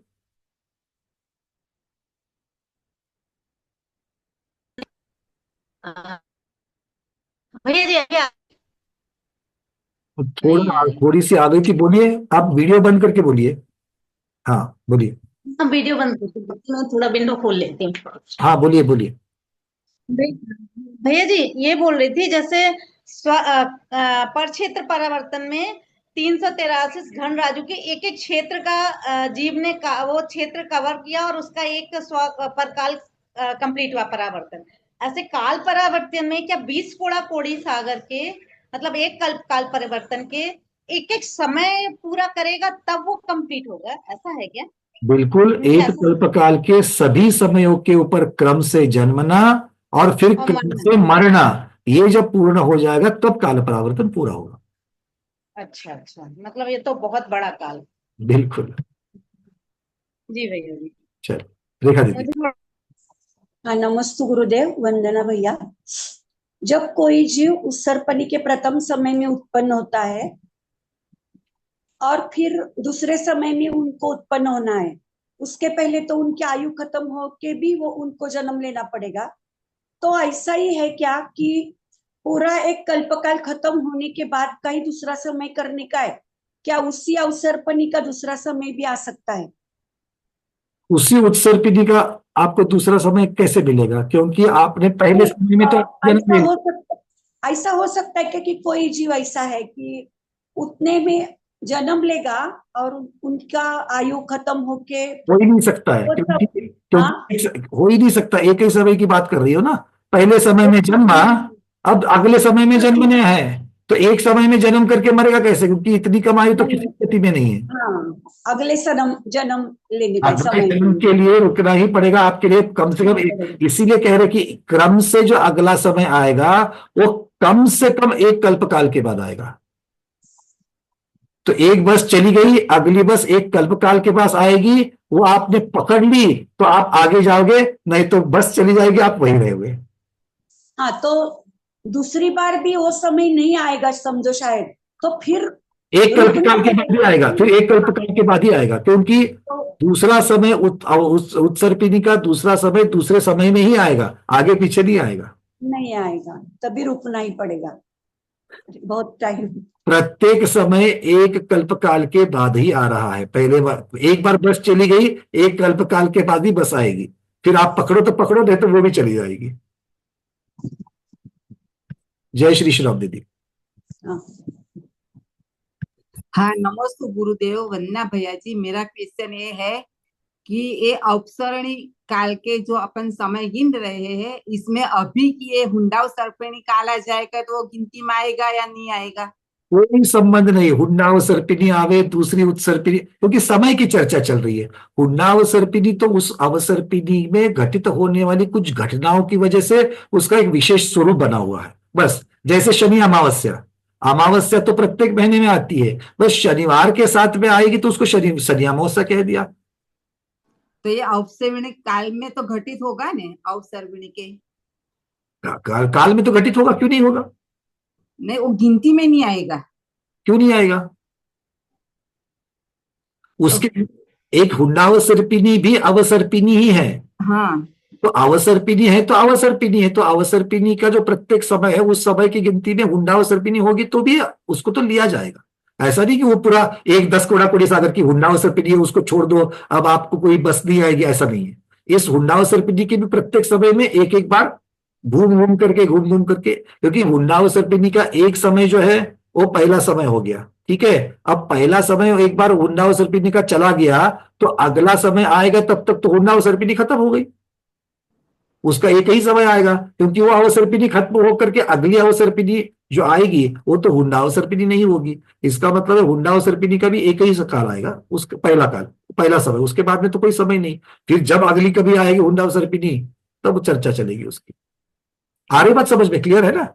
हाँ वंदना क्योंकि भैया। हुंडाओ सर्पिनी का प्रथम समय, उसमें मान लो बस आ गई कि भाई आपने, आपको गिनती लेनी है और उस गिनती में कोई पकड़ा नहीं पकड़ा तो भी अगला हुंडा, अब अगला समय कब आएगा? एक कल्पकाल के बाद, और एक कल्पकाल होने तक तो हुंडा और सर्पिनी खत्म हो गई। मतलब हुंडा और सर्पिनी ही नहीं बचेगी बीच में, तो हुंडा और सर्पिनी का सिर्फ एक समय ही पहला आ जाएगा। किसी भी एक साइकिल में उत्सर्पिनी या अवसर्पिनी का एक ही समय आएगा। अगला समय के लिए फिर एक कल्पकाल जाना पड़ेगा, उसके बिना नहीं आएगा। ठीक, जैसे तो असंख्यात कल्प कालों के बाद ही एक हुंडा सर्पिणी आती है ना। हाँ तो कोई बात, तो असंख्यात समय के बाद में एक हुंडा और सर्पिनी का समय आ जाएगा, तो वो हुंडा और सर्पिनी है करके कोई वहां पर बदलाव नहीं होगा, ये चलता रहेगा। चलिए, जय श्री दीदी। नमस्ते गुरुदेव, वंदना भैया। हाँ दी, थोड़ा सा, मेरे हाँ बड़ी आवाज में बोलिए। आपने वो बोला था ना विग्रह जन्म लेने का प्रथम समय, वो मेरे समझ में आया, विग्रह गति का ऐसा कुछ बोले था ना। और इसका मतलब है आयु कर्म जब शुरू होता है, जब पिछले अपना पिछले भोग का जब वर्णन होता है, तो आप या तो रुजु गति से जाओगे, नहीं तो मोड़े वाली गति से जाओगे, कहा अपना जन्म का स्थान में जाने के लिए। किंतु उसके पहले, उसके प्रथम समय में भी आपकी आयु तो शुरू हो चुकी है, तो वो आयु का पहला प्रथम समय ही यहाँ पर जन्मने का समय है। और मरण का? मरण का तो आयु कर्म का अंतिम समय मरण। वो नहीं, गिनती के लिए कौन सा है? आयु कर्म का अंतिम समय, मरण के समय। जन्म का ये विग्रह गति वाला। जन्म के लिए विग्रह गति का प्रथम समय। ठीक है वंदना। प्रमोद जी। उसके बाद कुसुम दीदी छावड़ा मुंबई, विजय लक्ष्मी तो दीदी बहुत बहुत दीदी। आभार आपका कि हम जब कई बार पढ़ा हमने, तो एक तो इसमें नई बात ये निकली कि मरण का भी गिना जाएगा। मतलब अभी तक तो हम बाकी समझ रहे थे कि जन्म का ही है, ये मरण का भी गिना जाएगा, ये मतलब मेरे लिए, हमारे लिए, मेरे लिए तो बिल्कुल नया था। और दूसरा, ये आपने विग्रह गति बताया, वाकई इस पर कभी हमने ध्यान भी नहीं दिया। जितना पहला चिंतन सब करेंगे ना, मैं वही कह रहा हूं कि हम लोग हमेशा जब परावर्तन की चर्चा करते हैं तो सुपरफिशियल जितना 3-4 लाइनें हैं, हाँ मुझे पता है, मैं इसको, इसका स्वरूप जानता हूं करके निकल जाते हैं। इस ज्ञान का चिंतन के लिए उपयोग करना चाहिए, तब जाकर के संवेग भावना का कोई मतलब बनेगा, नहीं तो नहीं। इसी बस बहुत बहुत आपका मतलब आभार। ये तो रिपीटिशन से देखिए कितना मतलब वो निकल के आता है। आपके जैसे जो सामायिक करने वाले हैं उनके लिए तो ये महीनों का खाद्य नहीं, वर्षों का खाद्य मिल जाएगा इसमें से, सामायिक के विषय के लिए। अरे हर रोज थोड़ा थोड़ा भी अगर उन्हें एक परावर्तन की भी चर्चा करने के लिए बैठो ना, तो कब समय निकल गया समझ में नहीं आएगा, इतना इसमें मिल जाएगा आप लोगों को। क्योंकि जब चिंतन करने बैठते तो फिर अलग अलग शंकाएं, अलग अलग उसमें क्या क्या बहुत सारे पॉइंट जो है समझ में आते हैं, फिर उसके पीछे जाकर के आपको उसका उस जिज्ञासाओं का समाधान करना पड़ेगा। और चिंतन में अगर कोई जिज्ञासाएं उठती है तो उसको पहले नोट कर लो सामायिक के पश्चात, उसके बाद अपने पास पीडीएफ है, वीडियोस है, उसके पश्चात से उसके समाधान निकालो। नहीं तो फिर किसी से सब फिर चर्चा कर लो, गुरु के साथ भी चर्चा कर सकते हैं बाद में जाकर। बट इसको छोड़ो मत, क्योंकि ये मैं भव्य मार्गना का प्रकरण 5-6 गाथाओं का है, उससे ज्यादा गाथा नहीं है। क्यों इसके ऊपर कर रहे हैं? क्योंकि ये गोमट सार जीवकान हमें अपनी जिंदगी कैसे जीनी है उसके ऊपर ये प्रकाश डाल रहा है, और हमें मरण कैसे करना है ये इसके ऊपर भी प्रकाश डाल रहा है। तो हमारे आचरण के लिए गोमट सार जीवकान की ये ऐसा ग्रंथ है जिसपे आपकी और हमारी कहानी बताई जा रही है। हम अब तक क्या कर रहे थे, अब क्या कर रहे हैं, और आगे क्या करना है, ये बताया जाएगा। और प्रैक्टिकल हर रोजमर्रा की जिंदगी में क्या करना है वो तो श्रावकाचार्य बताएंगे, या फिर अगर कोई साधु है तो उसके लिए फिर आचरण ग्रंथ जो है वो आचरण ग्रंथ बताएंगे। कुसुम दीदी मुंबई। नमस्ते आचार्य श्री, वंदना भैया जी। मेरा क्वेश्चन भी प्रमोद भैया वाला ही था, पर मेरे को ये एक मालूम करना शंका है कि जब जन्मेगा तो मृत्यु भी तो होगी, उसको बिना मृत्यु के उसका अलग काल कैसे हो जाएगा भैया? हाँ देखिए, तो पहले बार जब जन्मने की बात जब कर रहे हैं, उसके साथ में मृत्यु तो है ही, किंतु उस मृत्यु को नहीं गिना जाएगा। जैसे अगर मान लो आपने प्रथम समय में जन्म ले लिया, अब जन्म लेकर के किसी न किसी आयु के साथ तो आपने जन्म लिया, कोई वर्षों की, कुछ अंतर मुहूर्त की, कुछ दिनों की, कुछ तो आयु लेकर के आपने जन्म ले लिया, तो तब तक तो आपको वो आयु लेकर के पूरा भव करना ही करना है। फिर उसमें अगर मनुष्य तिर्यंश है, अकाल मृत्यु होने वाली है, नहीं होने वाली है, वो सभी उस चर्चाओं का यहाँ पर कोई उसका कोई फर्क नहीं पड़ता काल परावर्तन के लिए, इसलिए उनकी चर्चा नहीं करी है। बट वो चर्चा नहीं की इसका मतलब ये नहीं कि वो नहीं होंगे, वो तो अपने अपने कर्मों के हिसाब से आपको वो भव काटना ही पड़ेगा, और वो भव काटने तक आपके लिए जो अगले समय की जो बस थी वो निकल गई है, फिर वो समय आने के लिए आपको रुकना पड़ेगा। कब तक?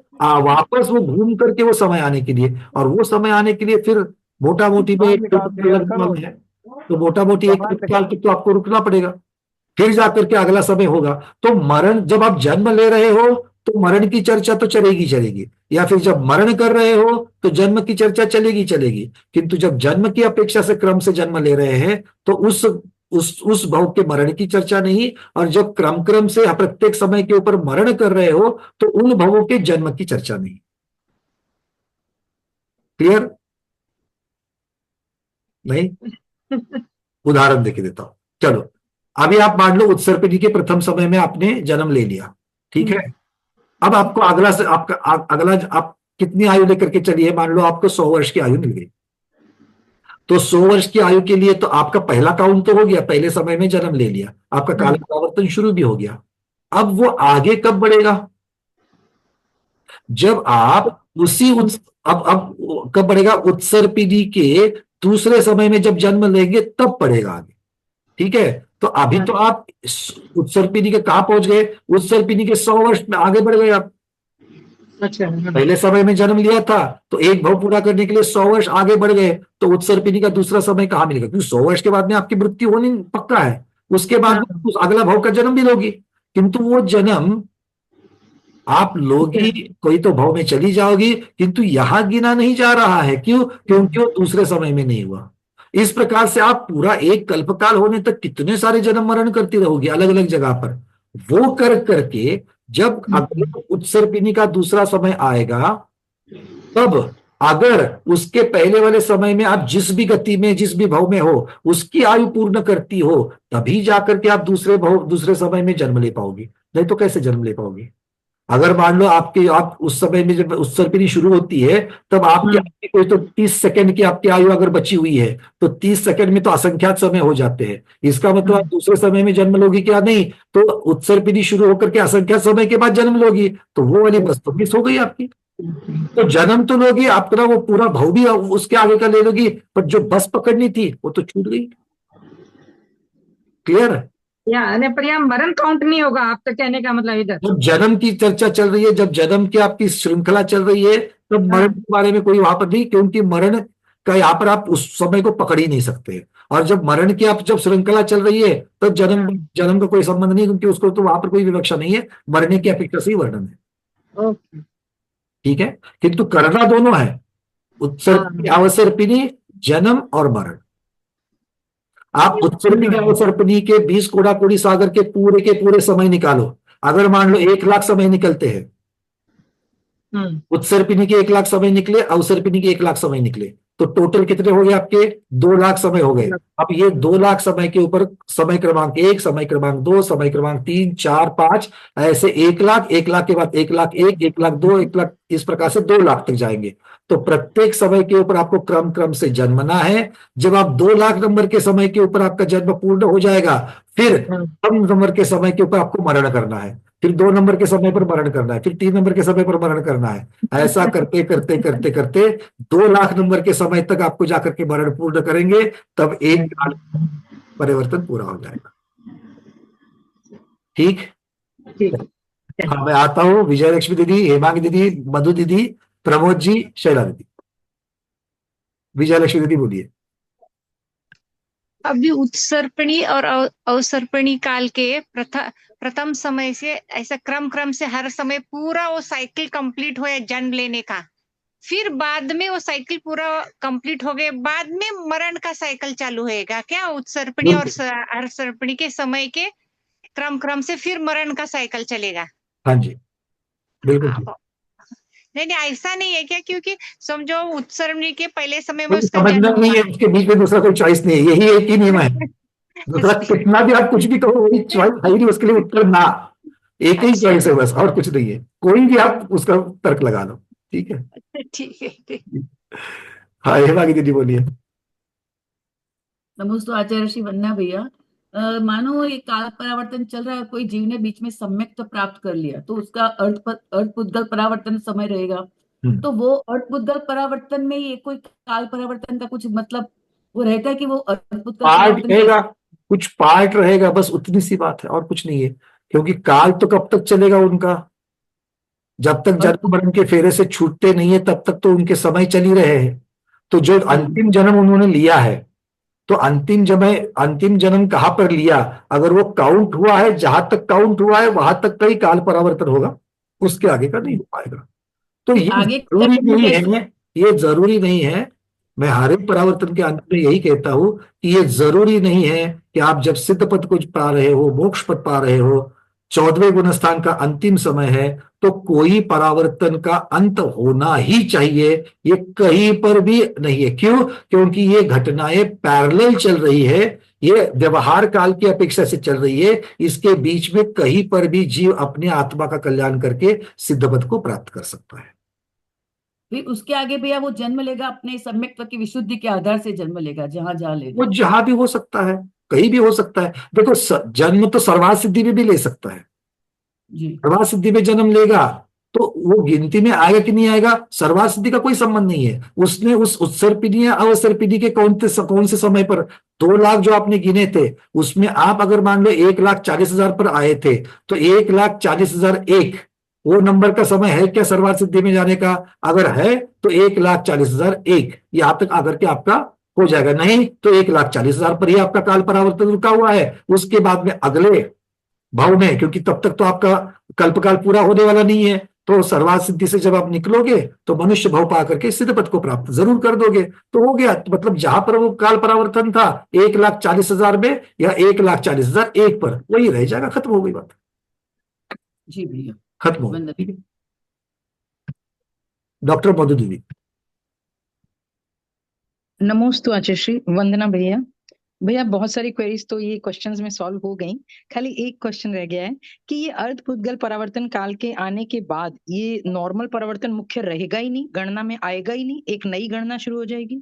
जब आपके पास में मान लो 1 हफ्ते का ही समय है, तो उसमें महीना पूरा होगा क्या? जी, बस यही बात है। क्योंकि एक से दूसरा परावर्तन अनंत गुना है, और अर्धपुद्गल परावर्तन काल सब लोग ध्यान रखना अधिकतम है। उसके पहले, बहुत पहले भी कोई जीव छूट सकता है। ये जरूरी नहीं कि अर्धपुद्गल तक रुकना ही पड़े। मैंने कल उदाहरण दिया था, प्रमाद में अगर कोई रहे तो भाई मुझे सम्यक तो प्राप्त हुआ है ना, मैं कोई अनुव्रत लेने वाला नहीं हूं। मैं मानता हूं, मैं जानता हूं सब है, बट मैं आलू प्याज नहीं छोड़ूंगा, मैं रात्रि भोजन त्याग नहीं छोड़ूंगा, मैं वितराग भगवान को छोड़ करके और किसी को नहीं मानता हूं, मैं कर्म सिद्धांत को भी मानता हूं। वो अपने अपने हिसाब से जन्म मरण करता रहेगा।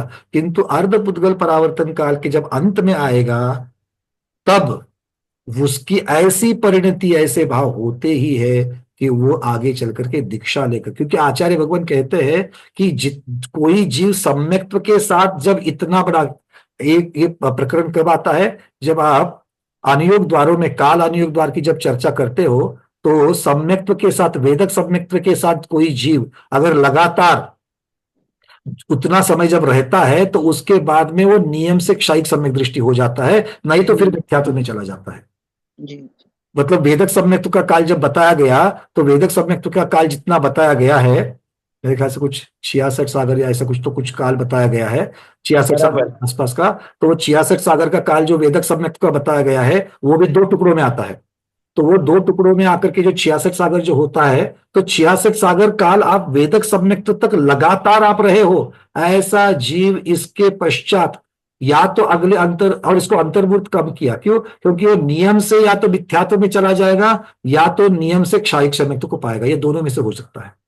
जी तो इसलिए वेदक सम्यक्त्व उसके आगे लगातार में नहीं जाता है। तो मतलब सम्यक्त्व के साथ जब जीव रहता है तो उसकी पर्याय बदल जाती है। ऐसा हम लोग चिंतन करने के लिए हम लोग कुछ भी कर सकते हैं कि मैं अर्धपुद्गल परावर्तन तक नहीं करूंगा तो क्या, जैसे उस दिन भी हम लोगों ने देखा था कि सर्वार्थ सिद्धि से अगर कोई जीव आता है तो वर्ष पृथकत्व 1 कोटि पूर्व की अगर आयु लेता है तो वर्ष पृथकत्व के पहले वो नियम से दीक्षा लेगा ही लेगा, उसको संयम के भाव होंगे ही होंगे।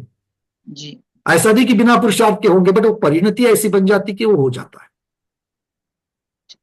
ठीक है जी, थैंक यू। पंकज जी, हाँ चशी, ये आपके उत्सर्पिणी की अपेक्षा अथवा भव परावर्तन जो भी चल रहा है, तो इस सबको समझने के बाद चाहे गृहस्थ हो चाहे साधु हो, वो अपनी जन्म जयंती मनाना योग्य है क्या नहीं? क्योंकि आज की तारीख में बंध की अपेक्षा हम मिथ्यात्व का ही बंद करते हैं। उदय की अपेक्षा सम्यक मिथ्यात्व और मिथ्यात्व इनका उदय होता है, लेकिन सम्यक प्रकृति का उदय रहते हुए भी बंध तो मिथ्यात्व का ही अभी के काल में कोई भी हो। तो ऐसी स्थिति में एक क्षायिक सम्यक दृष्टि हो तो सम्यक्त्व की अपेक्षा वह जन्म जयंती मनाना योग्य है, क्योंकि मैंने इस जीवन को सार्थक किया क्षायिक सम्यक दर्शन प्राप्त करके। लेकिन उपशम सम्यक्त्व अथवा वेदक सम्यक्त्व प्राप्त कर ले तो जैसे अभी आप कह रहे थे 66 सागर काल तक वेदक सम्यक दृष्टि संसार में रहता है सम्यक उस वेदक सम्यक्त्व के साथ। उपशम सम्यक दृष्टि तो अंतर्मुख में उसका सम्यक दर्शन छोड़ता है। तो ऐसी स्थिति में क्या हम जन्म जयंती को इतना महत्व देवे क्या? और सामान्य असंयमी जो गृहस्थी है वो अपना बर्थडे मनाते हैं, तो बर्थडे मनाना धार्मिक दृष्टि से योग्य है क्या? वो तो लौकिक दृष्टि से उम्र बढ़ने के साथ मनाते हैं, लेकिन धार्मिक लोग जो मनाते वो कहाँ तक उचित है? गुरुदेव, इन सबके पीछे आपकी भावनाएं जो है वो महत्व रहती है। सबसे पहली बात तो आपके इस शब्दों में आया था कि मान लो कि अगर कोई जीव इस भव में रत्नत्रय को धारण किया है, पूरे रत्नत्रय को अगर धारण ना करते हुए मान लो एक देश व्रतों को धारण कर रहा है या कम से कम सम्यक्त्व को, वो भी उपशम सम्यक्त्व को धारण कर रहा है, तो इस भव में जिस भव में हमने उपशम सम्यक्त्व को धारण किया है, पता नहीं हम लोग अब तक अनादि मिथ्या दृष्टि थे या सादे मिथ्या दृष्टि थे, पता नहीं। अगर हमने उपशम सम्यक्त्व को अगर प्राप्त किया है तो इसका अर्थ यह है कि हम नियम से भव्य है। मतलब जिस भव्यता की पहचान जिस भव में आपके हो चुकी है, उस भव का महत्व अधोरेखित करने के लिए और जो मुझे मोक्ष मार्ग पर आगे बढ़ाने के लिए कारगर साबित हुआ है, वो निमित्त साबित हुआ है, उस निमित्त को निमित्त की अपेक्षा देख करके उसको मनाना और फिर उसके निमित्त से मोक्ष मार्ग पर आगे बढ़ने का आचरण का दृढ़ संकल्प करके फिर संकल्परत हो जाना। अगर इस भावनाओं से अगर हम लोग करते हैं तो जरूर हम लोग इसको मनाना चाहिए, फिर वो महावृत्ति हो या अनुवृत्ति हो या साधारण सम्यक दृष्टि हो। इसका एक छोटा सा उदाहरण, अगर मान लो सम्यक दृष्टि हो तो मुझे इस भव में सम्यक तो प्राप्त हुआ है, मैं जनकुल में आया हूं, तो ये भव मेरे मोक्ष मार्ग में कारगर साबित हुआ है और ये उस मोक्ष मार्ग को उसको निमित्त बनने वाला ये जो मेरा जन्म है, उस जन्म के इस दिन को एक दूसरा मेरी माता के मेरे ऊपर जो उपकार है, क्योंकि उसने मुझे 9 महीने पाल करके जो मुझ पर संस्कार किए, उसके लिए एक उपकार की अपेक्षा से लौकिक जन्म की अपेक्षा से उसका संस्मरण करना। तीसरा, अब यहां से आगे मोक्ष मार्ग पर आगे बढ़ने के लिए मैं किस प्रकार से संकल्परत रखूं, तो ये व्यवहार काल का एक पड़ाव है। जन्म जयंती हो, बर्थडे कहो, जो भी कहो, ये मेरे पूरे व्यवहार काल का एक पड़ाव है। क्यों? क्योंकि विग्रह गति के प्रथम समय जब मेरी आयु पूर्ण हो चुकी थी, आयु की शुरुआत हुई थी, वो तो मुझे नहीं मालूम है, तो आज व्यवहार काल का कौन सा समय मुझे पता है, तो उस समय की एक आवर्तन पूरा हो चुका है, इसका निमित्त बनाकर मैं मेरे मोक्ष मार्ग पर कैसे आगे बढ़ूं, अगर ये चिंतन है तो बिल्कुल जन्म जयंती मनानी चाहिए। अब बात रहती है मिथ्या दृष्टियों की, जो मैं इस भाव में आया हूं, मनुष्य भाव में आया हूं, मेरा सब कुछ ठीक है, इस प्रकार से एक उत्सव की अपेक्षा से समझ रहा है, तो वो चारित्र भोनी कर्म को बांध करके ले रहा है। उसके लिए फिर वो आगे, अब यहां से आगे स्वरूप की चर्चा चलेगी। उसको मनाने के लिए जो आप क्रियाकांड करोगे, उस क्रियाकांड की अपेक्षा से कितना पाप हो रहा है, थोड़ा हो रहा है, ज्यादा हो रहा है, इन सबकी अपेक्षा से उसका विश्लेषण करना पड़ेगा। तो कम से कम हमें जन्म जयंती को आवर्तन की अपेक्षा से, एक व्यवहार काल का एक माइलस्टोन या फिर हमें संदर्भ की अपेक्षा से देख करते हुए उसको मनाना चाहिए, और उसका उपयोग करते हुए, निमित्त का उपयोग करते हुए अपने मोक्ष मार्ग पर आगे बढ़ाना चाहिए। जैसे बर्थडे हो या फिर 1 जनवरी होती है, किसी के लिए श्रावण कृष्णा एकम होता है, किसी के लिए निर्वाण लड्डू का निर्वाण संवत्सर का पहला दिन होता है, तो हम उस दिन संकल्परत हो जाते हैं क्योंकि हम नया वर्ष मानते हैं। तो नया वर्ष मानने के संदर्भ से हम लोग अपने जीवन में कुछ बदलाव लाना चाहते हैं। तो इन बदलाव लाने के लिए रोजमर्रा की जिंदगी में हमें कुछ पड़ावों की जरूरत होती है, और इसीलिए पड़ाव होने चाहिए। फिर वो जन्म जयंती हो, दीक्षा जयंती हो, आचार्य पदारोहण का दिवस हो, क्योंकि ये सारे जो टप्पे हैं ये आपको मोक्ष मार्ग पर आगे लेने के लिए जाने वाले हैं। और इसीलिए 40 साल से, गुरुदेव ने अभी जस्ट उनके मुनि दीक्षा के 40 साल पूर्ण हो गए, तो 40 साल आप जैसे महाव्रती, मैं तो कहता हूं कि आपने नहीं, हम सब ने इन चीजों की तरफ ध्यान देना चाहिए कि ऐसे गुरुओं के सानिध्य में हम बैठे कि जो 40 सालों से महाव्रतों का आचरण निर्विकार, हाँ आगे पीछे कई अतिचार लगे होंगे, नहीं लगे होंगे, आपने सामायिक करके प्रतिक्रमण करके शुद्धता होगी, और आपने जिस प्रकार का ज्ञान दान देते हुए अपनी आत्मा के साथ दूसरों का जो कल्याण कर रहे हैं, तो ऐसे इतने सुंदर भाव के लिए अगर उसका आवर्तन निमित्त समझ करके आगे बढ़ने के लिए, अगर उसके लिए सेलिब्रेट, दूसरों को प्रेरणा देने के लिए और खुद को प्रेरणा देने के लिए अगर बनाए, तो मुझे उसके लिए कोई भी गलती नहीं दिखती है, उसमें कोई निषेध की भावना नहीं है। और उसके साथ जिस तरीके से मनाते हैं, अगर वो क्रिया भी अगर आपकी सम्यक हो, आगम के अनुसार हो, तो फिर तो कोई उसमें कोई निषेध की बात ही नहीं बन जाती है। इससे होगा तो फायदा ही होगा, शुभ की ओर हम बढ़ेंगे, अशुभता को पीछे छोड़ेंगे, ऐसा मुझे लगता है। चलिए, ये काल परिवर्तन से यह तो बात स्पष्ट हो गया कि किसी भी देवलोक संबंधी, किसी भी कल्पवासी के उत्कृष्ट से उत्कृष्ट काल स्थिति संबंधी निदान नहीं करे तो अच्छा है, क्योंकि 10 कोटा कोटि प्लस 10 कोटा कोटि इतने काल तक परिवर्तन किए हैं, तो देवलोक का कोई एक भाव प्राप्त करना और उस संबंधी भोगों की आकांक्षा वांछा रखना, यह मोक्ष प्राप्त करने वालों के लिए योग्य नहीं है, शोभनीय नहीं है। माने निदान पूर्वक कोई भी तप नहीं करे, स्वर्ग मिलना ये कोई बड़ी बात नहीं है। ये तो ये काल परिवर्तन से समझ में आ गया। बिल्कुल। और अगर स्वर्ग के बारे में सोचना ही है तो हम अपने पुण्य के दौर पर कहेंगे कि हम इस प्रकार से उसके बारे में सोचेंगे, मैं सम्यक दृष्टि हूं, आगम के अनुसार मैं नियम से स्वर्ग में ही जाऊंगा, और उस पर्याय का मुझे कैसे उपयोग करके लेना है मोक्ष मार्ग पर आगे बढ़ने के लिए। तो सर्वप्रथम मैं अपने अकृत्रिम चैत्यालय में जाकर के, अपने वितराग परमेष्टि अकृत्रिम चैत्यालय की जब आज तक प्रतीक रूप में स्थापना करके मैं उनके दर्शन कर रहा था, पूजन कर रहा था, मुझे साक्षात पूजन करने का, जो 84,97,023 अकृत्रिम चैत्यालय में से एक चैत्यालय, देखो प्रोगते खड़े होते हैं, एक चैत्यालय के दर्शन करके साक्षात भगवंतों के अभिषेक पूजन का सौभाग्य मिलने वाला, अगर मुझे भाव मिलने वाला है, तो ये मेरे सम्यक्त्व का प्रभाव है, जो सम्यक दर्शन ही गारंटी दे सकता है कि मुझे वहां लेके जाएगा। और दूसरा, वहां से निकल करके अपने वैक्रिक शरीर से मैं साक्षात भगवंतों की वाणी, उनकी दिव्य ध्वनि को सुनने के लिए जा सकता हूं। और भी अकृत्रिम चैत्यालय के महामुनिराजों के दर्शन, आज भले भरत क्षेत्र में, ऐरावत क्षेत्र में पंचम काल है, वहां पर बहुत बड़े बड़े मासोपवासी महामुनिराजों के दर्शन नहीं होते, रिद्धिधारियों के दर्शन नहीं हो रहे, पर विदेह क्षेत्र में तो उनकी चलती है, तो वहां जाकर के उनके दर्शन करूंगा, उनके आचरण को साक्षात देखूंगा, और उसको अपनी धारणा में रख करके जब मैं वापस मनुष्य देव में रूप में आऊंगा, तब जाकर के उसका अनुसरण करूंगा। इस प्रकार की भावना के साथ में अगर हम देवलोक की पर्याय की तरफ देखते हैं,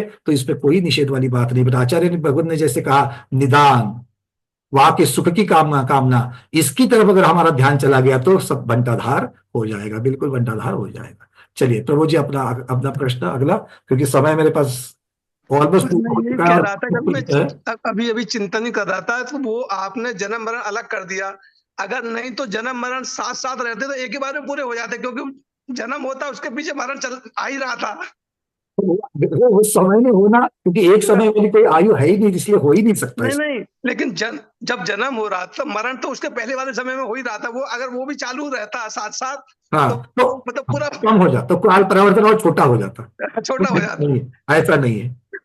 लेकिन यहाँ आपने अलग कर दिया ना, इसलिए अलग, नहीं तो अभी तक तो ये मतलब ये था हमने किया है ना, तीर्थंकरों ने किया है, ये व्यवस्था ऐसी है, बस इतनी सी बात है।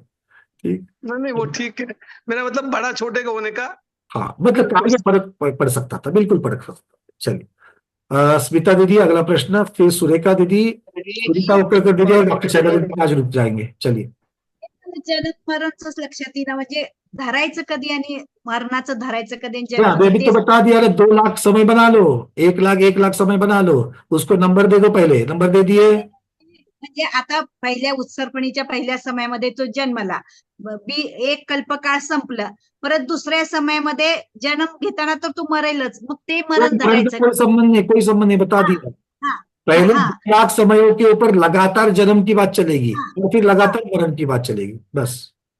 धरायचं कधी, म्हणजे मरणाचं कधी आप सोच करके देखो, वहां मरण का कोई औचित्य ही नहीं बनता है, क्योंकि काल परावर्तन तो एक ही है, पहले जन्म बाद में मरण, तब पूर्ण होगा। तो सीक्वेंस लगा दिया है, क्रम लगा दिया है, तो आप बीच में उसको नहीं ले सकते।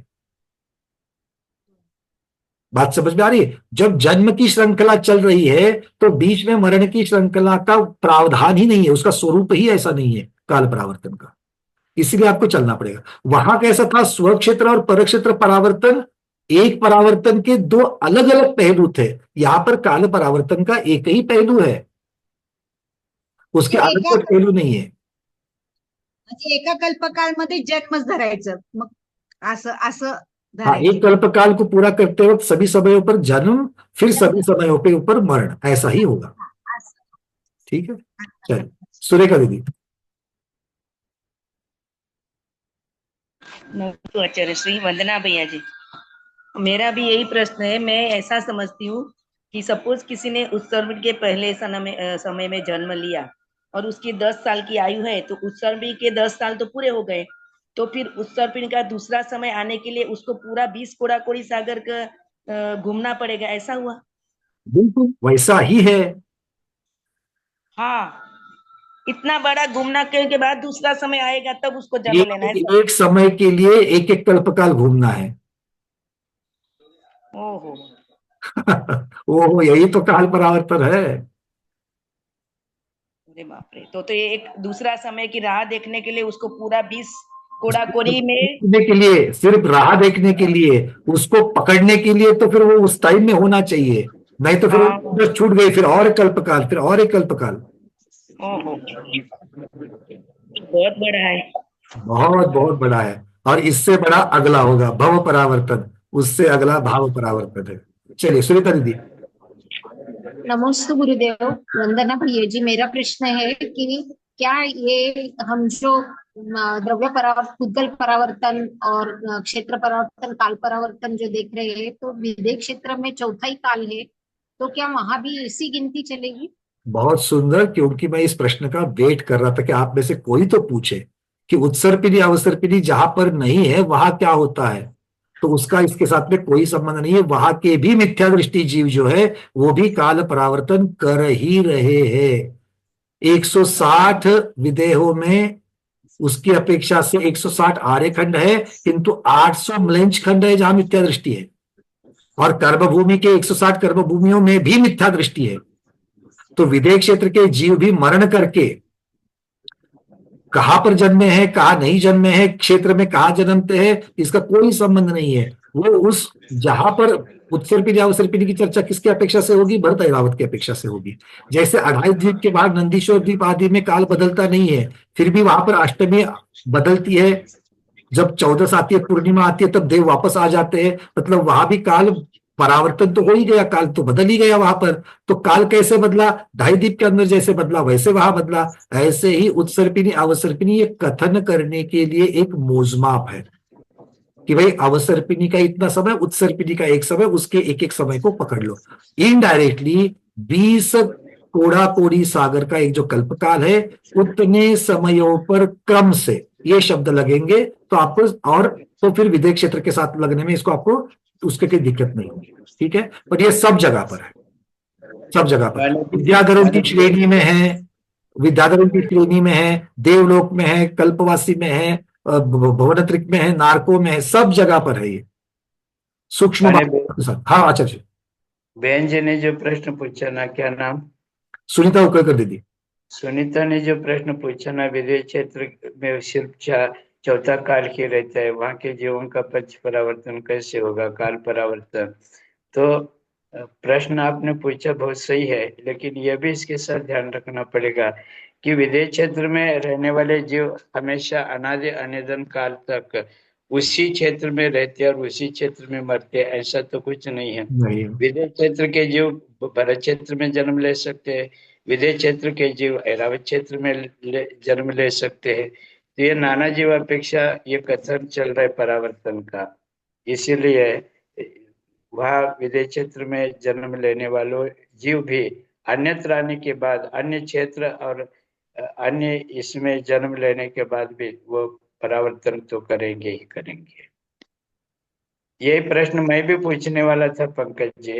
हाँ, पर गुरुदेव देखिए, विदेश क्षेत्र में अगर एक जीव की अपेक्षा से भी अगर हम वर्णन करेंगे तो विदेश क्षेत्र का जो जीव वहां पर जो जन्मा हुआ है, तो वो भी कुछ ना कुछ तो, जहां पर जैसे अभी हमने सम्यक दृष्टि की चर्चा कर रहे थे, वहां भी ये प्रकरण लागू होता है कि जब तक जीव संसार में है तब तक उसका कोई ना कोई तो परावर्तन चल रहा है, सिर्फ पूरा नहीं होने की बात है। इतना एक फर्क है कि जब ये कहते हैं कि भाई सम्यक दृष्टि के परावर्तन नहीं होते हैं, इस कथन को समझने की जरूरत है। परावर्तन नहीं होते ऐसा नहीं, क्योंकि परावर्तन व्यवहार काल के साथ में चल ही रहे हैं। बस बाकी के परावर्तन जो है अर्धपुद्गल को छोड़ करके वो इतने बड़े हैं कि उतने समय के अंदर नियम से सम्यक दृष्टि मोक्ष जाएगा, इसलिए वो पूर्ण होने की बात नहीं हो सकती, इस अपेक्षा से उनके नहीं है। जैसे मैंने उदाहरण दिया था, किसकी अगर 10 दिन की आयु बनी है तो उसके पास 1 महीना नहीं है। 1 महीना नहीं है इसका अर्थ यह नहीं कि 1 महीने, उसका 1 महीने का कुछ तो भाग है ही है, ऐसा नहीं कह सकती कि महीना नहीं है। तो 10 दिन भी तो महीने का भाग ही है। तो इस प्रकार से इसको समझ सकते। चलिए, दीपा दीदी अंतिम प्रश्न। डॉक्टर शैला दीदी आप चले गए शायद, चलो ठीक है। यानी इसमें सम्यक्त्व की सबसे ज्यादा महत्ता बताइए। सम्यक्त्व हुआ तो सम्यक्त्व की महत्वता है, किंतु वो चारित्र के बिना पूर्ण नहीं होती है। ये ठीक है।